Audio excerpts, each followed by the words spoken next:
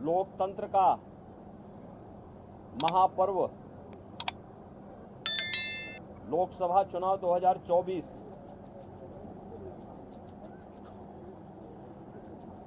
अंतिम चरण का चुनाव आज देश के 8 राज्यों के 57 सीटों पर हो रहा है, जिसमें उत्तर प्रदेश की 13 सीटों पर भी आज पूर्वी उत्तर प्रदेश में मतदान हो रहा है। पिछले 2.5 महीने से अधिक समय से जो देश के अंदर आम जन की आकांक्षाओं को पूरा करने के लिए जनता जनार्दन की जो अपेक्षा थी उसके अनुरूप विभिन्न राजनीतिक दलों ने जनता जनार्दन के सामने अपने अपने मुद्दे रखे, अपनी सरकारों के समय के कार्य और कारनामों को रखे। आज अंतिम चरण में 8 राज्यों के 57 सीटों पर मतदान हो रहा है। उत्तर प्रदेश की भी इन 13 सीटों पर, जो हमारी पूर्वी उत्तर प्रदेश में महाराजगंज, गोरखपुर, कुशीनगर, देवरिया, सलेमपुर, बलिया, घोसी, गाजीपुर, वाराणसी, चंदौली, मिर्जापुर, रावड़सगंज, ये सभी सीट्स हैं। इन सब पे इलेक्शन प्रारंभ हो चुका है। मौसम की विपरीत परिस्थितियों के बावजूद भी मतदाताओं ने जो उत्साह दिखाया है,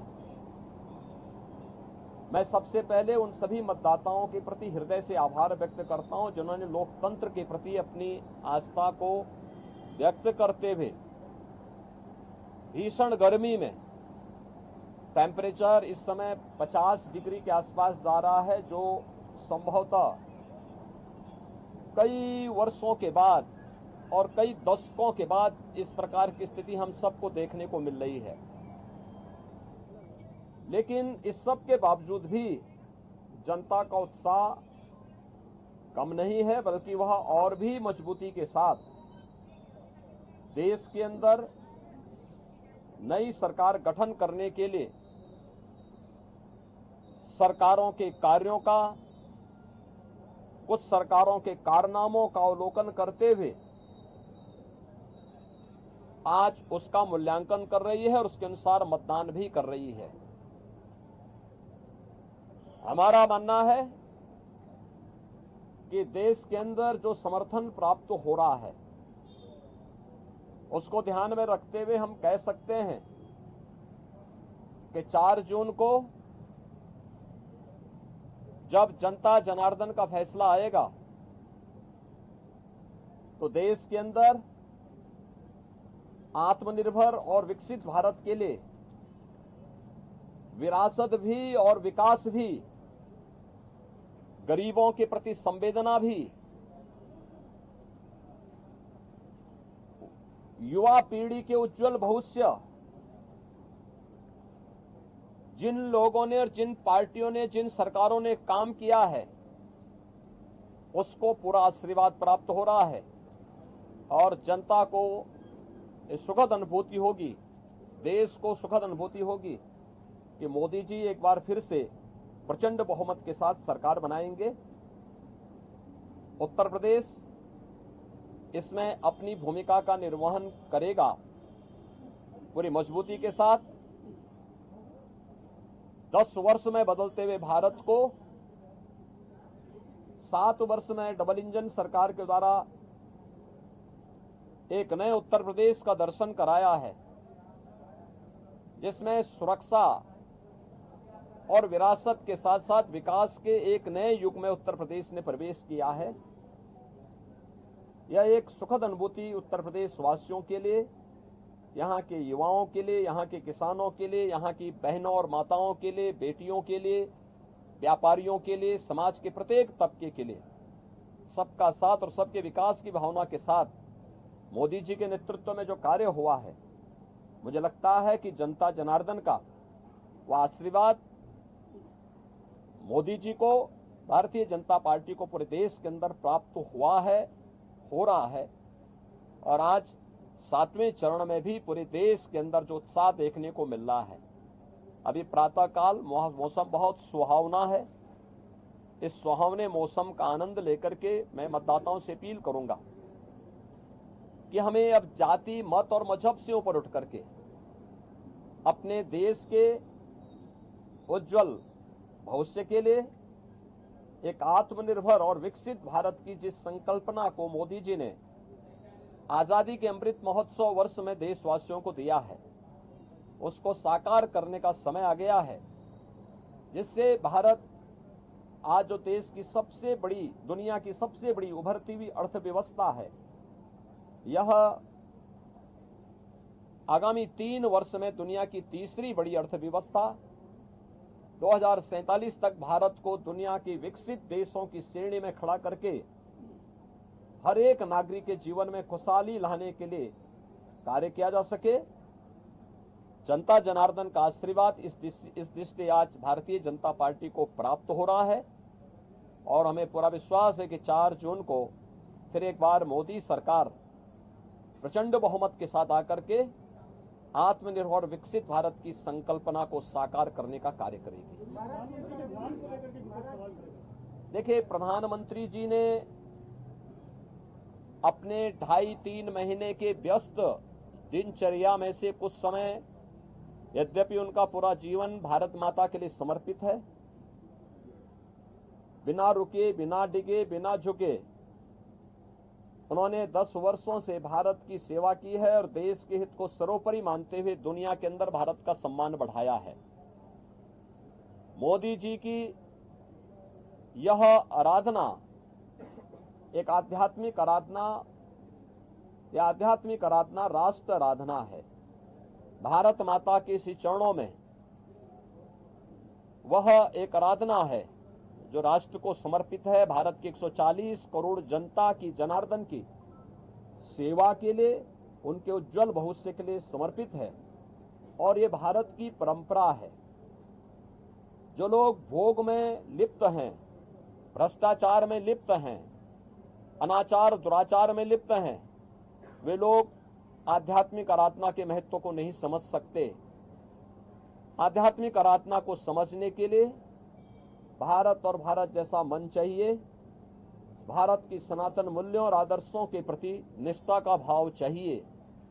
जिनके मन में भारत के प्रति आस्था का भाव नहीं है, भारत के सनातन मूल्यों और आदर्शों की ध्वजियां उड़ाना जिन्होंने अपने जीवन का उद्देश्य समझ लिया था और जिनके कारनामों से जनता उनको बार बार ठुकराई है, वे लोग मोदी जी के इस ध्यान साधना और इस राष्ट्र आराधना का मखौल भले ही उड़ा सकते हैं, लेकिन जनता जनार्दन अपने नेता के समर्थन में और उनके पूरे कार्यक्रमों के साथ, पूरे समर्पित भाव के साथ जुड़ी हुई है। और जनता जनार्दन का पूरा आशीर्वाद, पूरा स्नेह मोदी जी के साथ में है।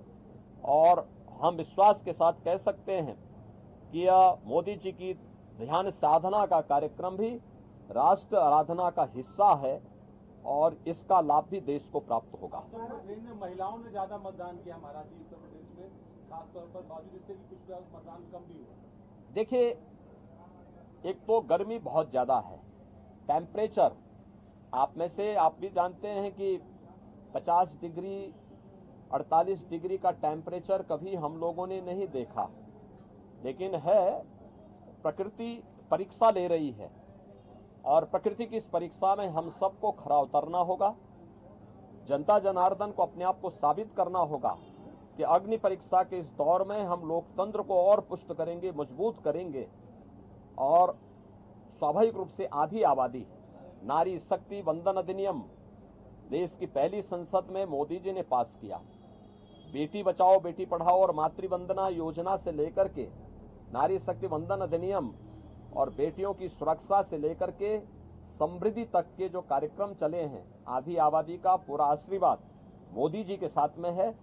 और हम विश्वास के साथ कह सकते हैं कि ये जो मत प्रतिशत आधी आबादी का, महिलाओं का खासतौर पर बढ़ा है, यह 100% मोदी जी के पक्ष में गया है। महाराज जी को कुछ संदेश देंगे?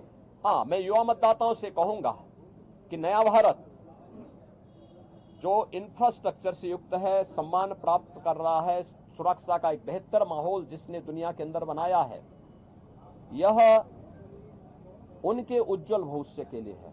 मोदी जी की इस परिकल्पना में उन्हें आगे आकर के बढ़ चढ़ करके भाग लेना चाहिए, लोकतंत्र को और मजबूत करना चाहिए। जो लोग अपनी हार से पस्त होकर के गुमराह करने का प्रयास कर रहे हैं, मुझे लगता है कि उनके बहकावे में न आए, मतदान करें। उज्जवल भविष्य के लिए, उज्जवल भारत, आत्मनिर्भर भारत में ही हम सब का भविष्य है, युवाओं का, अन्नदाता किसानों का, महिलाओं का, समाज के प्रत्येक व्यक्ति का। और मोदी जी ने तो 4 जातियां देश के अंदर कही। उन्होंने कहा देश के अंदर केवल 4 ही जाति है, उसमें से एक युवा है, एक महिला है, एक गरीब है, एक अन्नदाता है। इन 4 वर्ग को प्रतिनिधित्व करने के लिए मोदी जी ने देश के अंदर जो कार्य किए हैं उसको ध्यान में रखते हुए जनता जनार्दन उनको अपना पूरा आशीर्वाद दे। धन्यवाद। INDI जो अलायंस है, आज वो एक रिव्यू मीटिंग कर रहा है। रिजल्ट्स आने से पहले ही आज पूरे दल बैठेंगे और साझा बातचीत करेंगे। ये वे अंतिम बार बैठेंगे, क्योंकि 4 के बाद ये जितने दल हैं उतने उसमें फाड़ होने वाले हैं। दोनों एक दूसरे के ऊपर दोषारोपण करेंगे, एक दूसरे को गाली देंगे। अच्छा है उससे पहले एक बार ठंडाई पी लें, जिससे गाली गलोच कम हो। महाराज जी, अखिलेश यादव ने ट्वीट किया है और कहा है कि वोटर जो है सतर्क रहे, धांधली का आरोप लगाया। देखिए, दोषारोपण किसी पे तो करना ही है। जिनको प्रदेश में 80 सीटों पर चुनाव लड़ने के लिए वोट जो है कैंडिडेट नहीं मिले, तो आज किसी पे तो लगाना था। ईवीएम पे यानी ईवीएम पे दोषारोपण करते करते थक चुके हैं। अब वह इस प्रकार का आरोप लगा रहे हैं। अरे यही प्रदेश है, लोकतंत्र का ऐसा माहौल मत उड़ाओ। यही प्रदेश है। कौन नहीं जानता है कि इनका लोकतंत्र में कोई निष्ठा नहीं है। ये हल्ला बोल के माध्यम से अराजकता पैदा करने वाले लोग हैं। माफिया सरगनाओं को, अराजक तत्वों को और आतंकवादियों को अपने गले का हार बनाने वाले लोग हैं।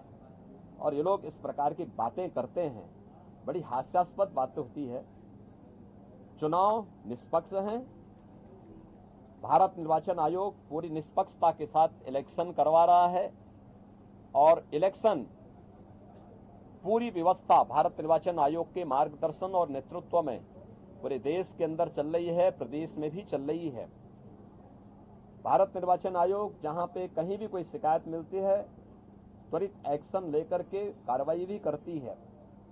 लेकिन समाजवादी पार्टी की चूंकि लोकतंत्र में निष्ठा नहीं है, बाबा साहब भीमराव अंबेडकर और उनके द्वारा बनाए गए संविधान का हमेशा इन्होंने अपमान किया है। दुर्दांत माफिया और आतंकवादियों को शागिर्द वाले लोग, इनसे लोकतंत्र की बात, इनके मुंह से ईमानदारी की बात, इनके मुंह से कोई कार्य शुचितापूर्ण तरीके से हो जाए, ये बहुत हास्यास्पद लगती है। और इसलिए जैसी करनी वैसी